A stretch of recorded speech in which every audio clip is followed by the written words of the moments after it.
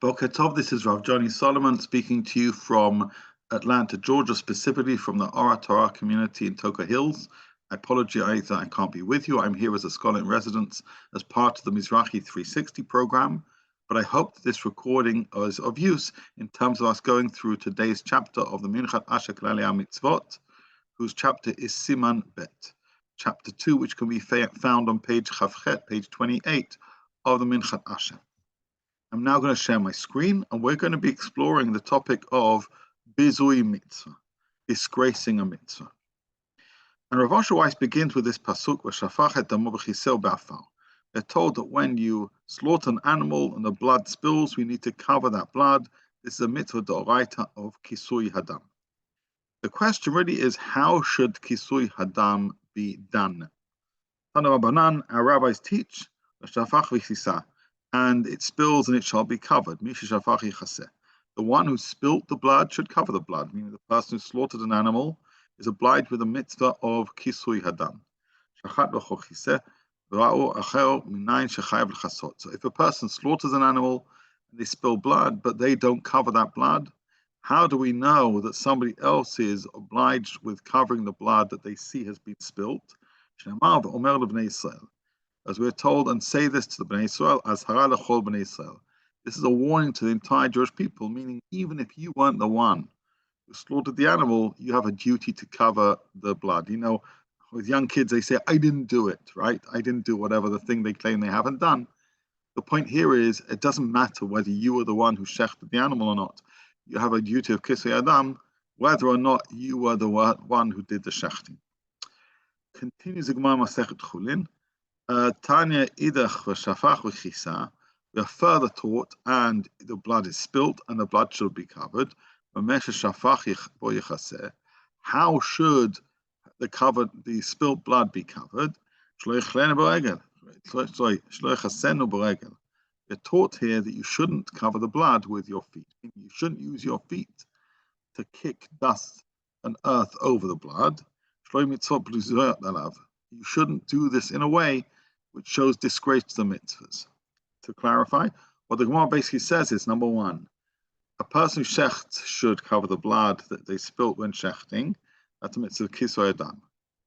Number two, if you didn't shecht, but you see the blood has been spilt and has not been covered, then you have a duty of kisui hadam. And number three, if there is blood to be covered, that shouldn't be done with you kicking that dirt with your feet, but instead should be done in a way which is dignified. Don't do it in a way that mitzvahs should appear to be disgraceful to you, meaning something you don't want to get involved with. You'll just kick it with your feet rather than do so in a way which is deliberate, intentional, respectful, and dignified. That is the Gemara Masechet Chulin. Continues Rav Asher Weiss quoting from the Gemara Masechet Shabbat. Amar Rav Yehuda, Amar Rav Asi. Rav Yehuda says, quoting Rav Asi, Asur hartzot ma'ot keneged ner Chanukah. You're not allowed to count money in front of the ner Chanukah. I mean, you're not allowed to use a light of the Chanukiah to count money. Again, we will take Hamedu to Shmuel. Amalei chiner kedusha yeshba. When this is said in front of Shmuel, he responds, is this because the candle has any sanctity to do with it? Meaning, what's the issue? What, does a candle care whether I count money in front of it or not? Matkif la Rav Yosef, the chidam kedusha yeshbo. To which Rav Yosef responds and says, well, let's think about it this way. Do you think the blood cares whether it's covered with feet or with something else? The Tanya b'shafach v'chisa b'masha shafach yichaseh shlo yichaseh b'regel shlo yu mitzvot b'ziyot alav. We're taught, as we saw in Gemara Masechet Chulin, you're not supposed to cover the blood with dirt that you kick with your feet, but instead should be done with a tool or with your hands, etc. So just as we show sensitivity to the blood, the mitzvah kisui hadam, we need to show sensitivity to the ner Chanukah and not do things in its presence which seem to be both mundane or inappropriate. So too, just with the kisui hadam, we should apply the same principle and thereby not count money in front of and using the light of the ner Chanukah.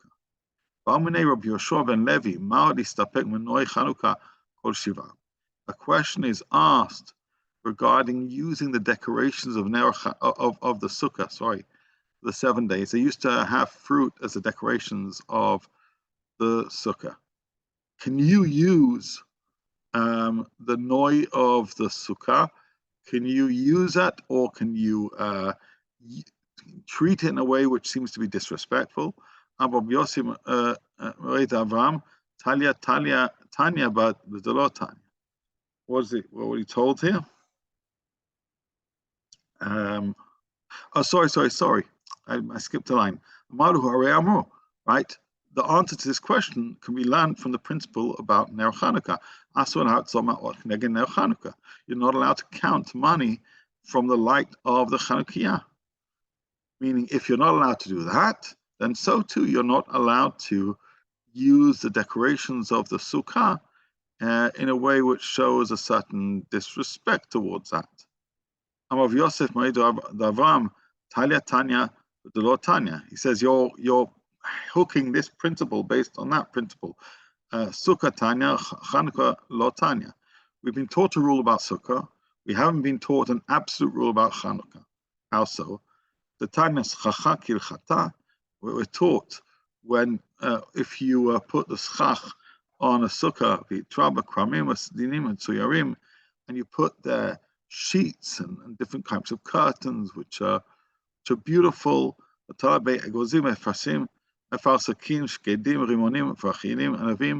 you hung on there different nuts and different grapes and different fruits, etc.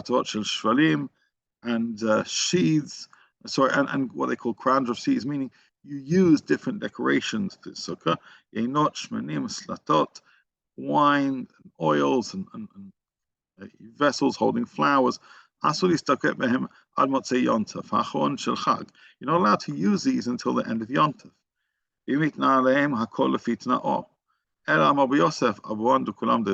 Okay, so I'll just explain, and apologies for skipping a line midway through. We've been taught in the Masechet Chulin that you're not allowed to show disgrace towards the mitzvot, specifically drawing this principle from the din of Kisui Hadam. Then here in Masechet Shabbat, the question is, how far does that principle go, or how much can we extrapolate from that principle? A question is asked earlier on about whether you can count in front from the candle of Chanukah, whether you can use a light of Ner Chanukah to count money. And it implied that you can't, and it suggested that this is a derivation from the same principle of Kisui Adam, that is, that you won't show a disgrace towards mitzvahs. Then it started talking about the decorations of a sukkah. And there seems to be a principle that you're not supposed to show disrespect towards or abuse the decorations of a sukkah until the end of sukkahs. And then the question is asked, so which is which? What do we learn from which? Do we learn from sukkah about Ner Chanukah from sukkah?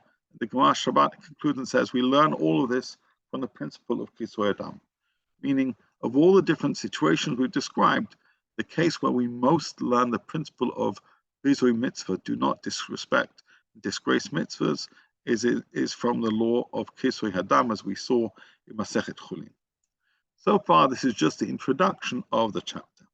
Rav Asher Weiss now jumps in and says, This is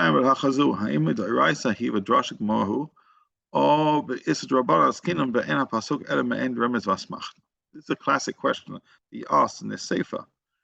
Is this concern of Bizui mitzvah a Torah prohibition, a rabbinic prohibition, or just something that makes a lot of sense?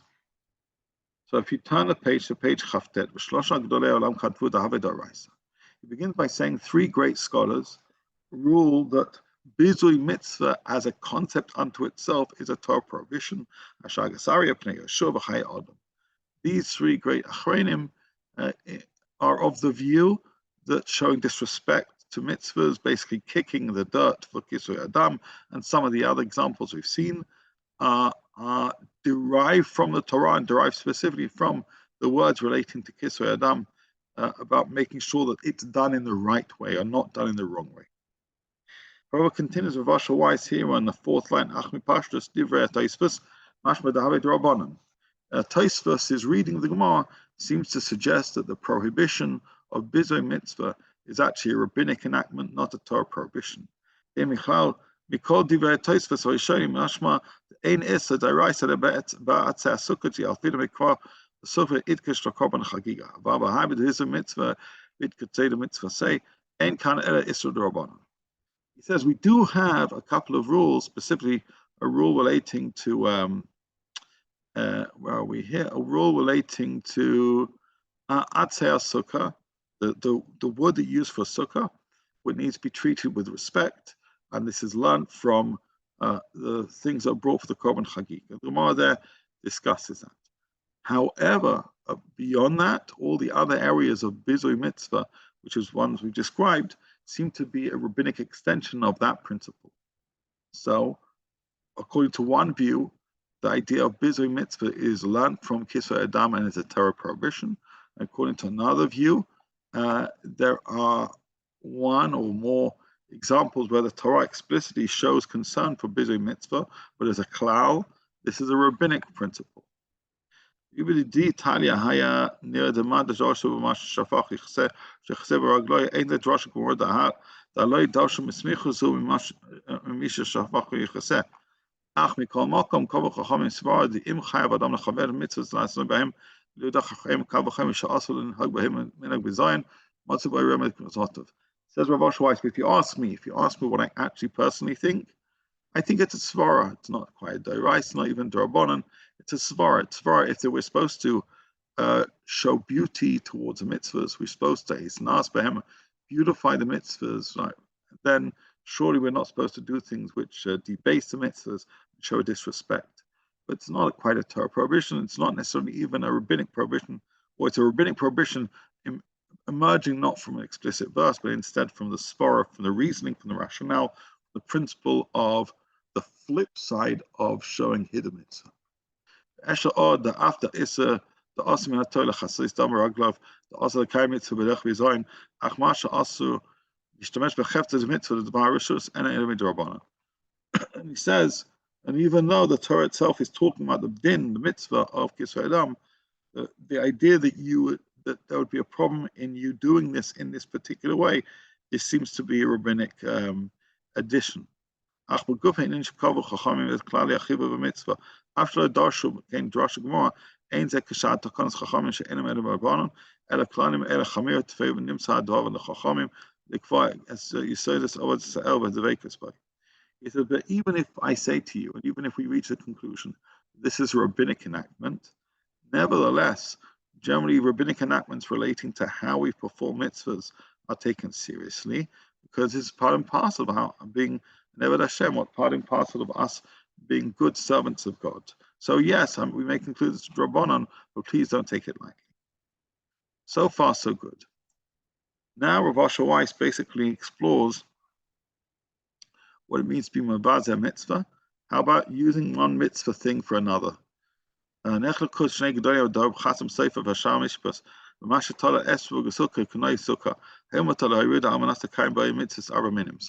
what happens if you hang a esrog in the sukkah? You do this in order to beautify your sukkah, and then you want to use that same esrog, the mitzvah of esrog. Meaning, what happens if you are seemingly debasing a mitzvah item, and you wish to use that mitzvah item for mitzvah itself? The Shasach is Chasam Seifa Hitte the Chiyun Shmisham Shmishtamesh Balitzach Mitzvah Ein Kan Bizui Mitzvah Sharim Adlikim Minel. Koshkeim Nidon Didan Ikra Enem Shabash Elonoi Mitzvah Me'ata Yishamshu by Mitzvah Gmor by Mitzvah Lav Den Nisno. According to Chatam Sofer, we learn from the mitzvah of Chanukah, where we light one candle from the next, which we call Madlikim in Ner. We learn from that you can use one mitzvah for the sake of another mitzvah. You can use a mitzvah item for the sake of kindling and thereby lighting a further candle. If that's the case, then if you're using an esrog to beautify your sukkah, and then you want to use an esrog to fulfill the mitzvah of araminium, that seems to be fine. But going by Sham Mishpah specifically Nachlas Avos, Katab the Kivin the Itzkat say the mitzvah soy asle anos b'menu ve'im by heta chilo and yotzei by dechav. He takes a different view. And he says, since you've divorced it from its regular usage, esrog is supposed to be part of the arba minim. Instead, you've decided to use it as a way to fragrance the sukkah. You used it as a piece of art or a piece of beautification. Since you've separated it from its core identity as an Arba Minim, you've negated its function and its identity, and you can't use it for the Arba Minim.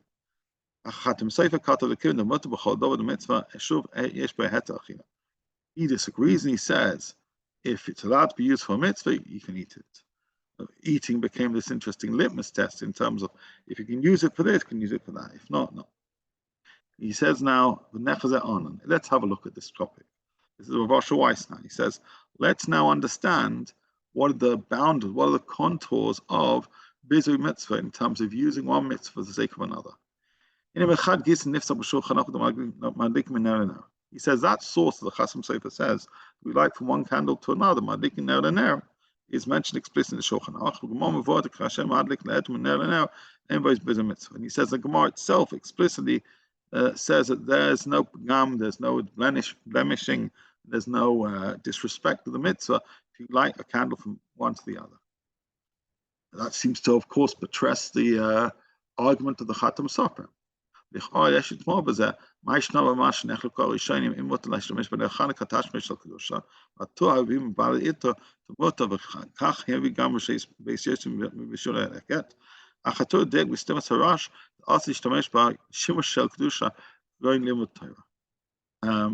well, what's funny though, although we say you're allowed to light from one candle to another Ner Chanukah, which implies that there's no Bizui mitzvah being done to the candle, we have a further rule, which is you're not allowed to learn Torah from that light.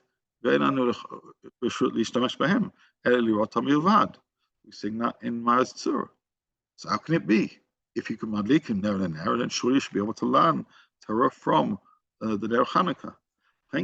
Sefer Bach, Stimas Harif, Arambam, Shulchan Aruch, Katav the Asav Shuv, Hevi Yesh Mishum Mati. And the Shulchan Aruch basically rules that the normative halacha is that one shouldn't do so, although it mentions a minority opinion who permits it.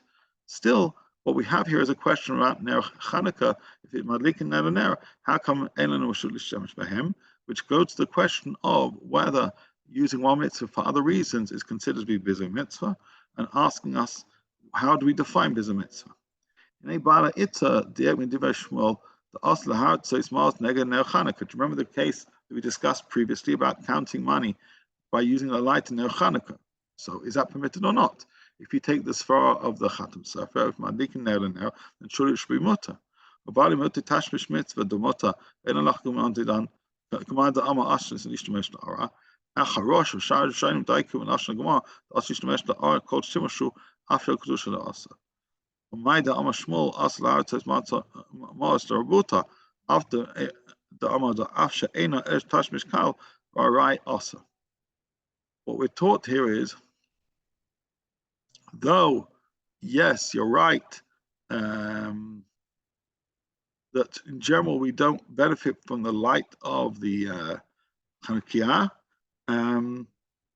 What we learn from here is you certainly cannot be counting money from there, because that shows to be a lack of respect for this Dvar Mitzvah. How come there are some people who permit that? The Tamatim the given to enemy shtamesh b'tash mishchol elakam Bizui mitzvah v'tam ha'osim matin v'divrei Hashem shtei drachim. So we've seen previously madlikim ner l'ner is mutter. We've also seen previously that learning Torah from Ner Chanukah seems to be a problem. We've certainly seen a statement that counting money from Ner Chanukah is definitely a problem. There seems to be a difference of opinion regarding whether you're using the candle for mundane reasons or holy reasons. Nevertheless, from here there seems to be a number of conclusions you can deduce. Those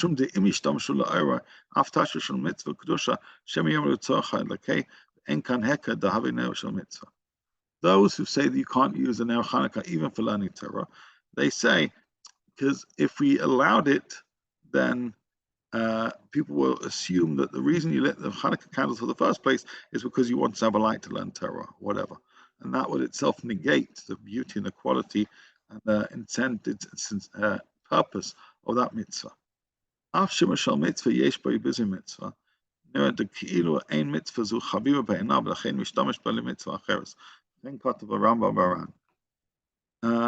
Even if you're using the light of the Chanukah for learning Torah, it implies that somehow you don't see this mitzvah as valuable unto itself. Instead, you're just using it to support doing another mitzvah. So how about the fact that we can light a candle from one to the other, Ner Chanukah? He says it's actually machlekes rishonim. The data Rashba Varan Varosh and the Elal Hadik Ner Chanukah Ner Chanukah the Kivin Jezeh Aita Mitzvah and Bizui Kol Bizoyin. According to these great rishonim, the only heter is to light one Ner Chanukah to another Ner Chanukah. But also the Hadik Ner Shabbos Min Ner Chanukah. What you wouldn't be allowed to do is light Shabbos candles from the Chanukah candles. Ner Chanukah Min Ner Shabbos. Kach Das Atur Sham B'Shem Arosh. But B'Shem Sefer Truma Katav Atur. The Mutla had the Gam Ner Shabbos Min Ner Chanukah and Ner Chanukah Ner Shabbos. There's a debate whether you can take the candles of Chanukah to use to light anything above and beyond other Nerot Chanukah, such as Ner Shabbat. Some people say yes, some people say no. But the Siman Tofrei Shain Dalas if based in Shulchan Aruch and Divrei Sefer Truma, Shmut had the Ner Shabbos Min Ner Chanukah Ner Bay. So basically, it says, "Katav B'Yal Grosham." The gam din ze talu b'machlokes anal imut l'ishtamesh b'ner Chanukah mitzvah acheret. There it basically says you're allowed to light ner Shabbos or ner Chanukah from the ner of the Beis Knesset, and Vilna Gaon there tells us that the permission to do so is drawn from the principle being discussed here as to whether you're allowed to use a light from Chanukah for another mitzvah.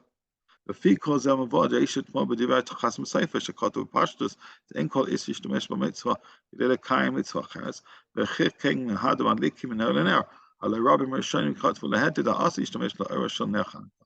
אף ששימן של מצווה, רק מנר לנר, מות לכיוון שזה עץ המצווה, אין בזה ביזיין, אף לדעת מתאים גם נר שבס מנר חנוכה, נר לכיוון שזה נר וזה נר, אין כאן ביזוי מצווה, מה שאין כאן משמש לנר חנוכה לצורך מצווה אחרת. So this raised a question on the Chasam Sofer. We saw before on the Chasam Sofer use a principle of Madlikim Nelanera to give permission to use mitzvahs for a different reason altogether from their intention, and then still enable us to use that mitzvah. How can that be the case when in fact the permission to be Madlik Nelanera comes with a whole range of stipulations? It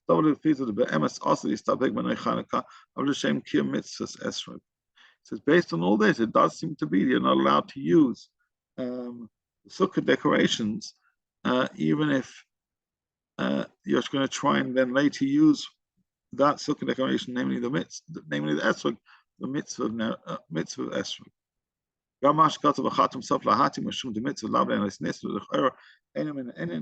After Gomei Issa and Shema Shel Mitzvah. I don't really get into this principle of mitzvahs louder and nesnu, but he says based on a further consideration previously mentioned, that we find.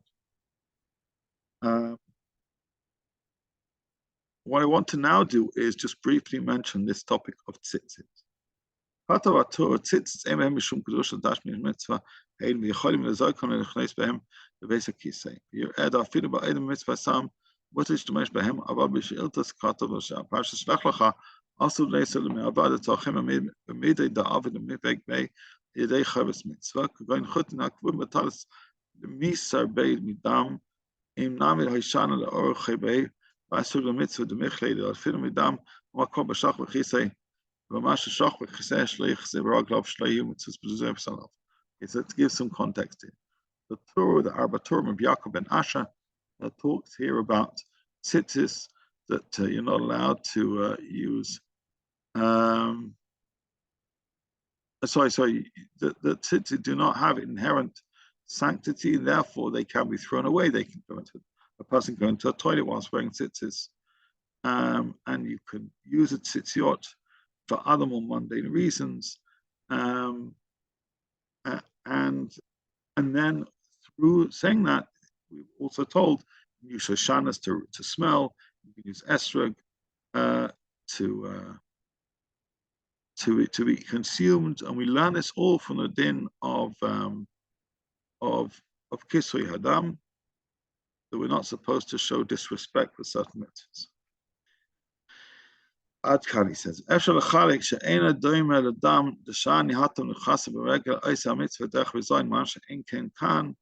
right. The question is asked then, so how come with Kisui Adam you're not allowed to kick the dirt with your feet, and that's a prohibition of Bizui, a mitzvah, but yet we're allowed to use tzitziot for more mundane things.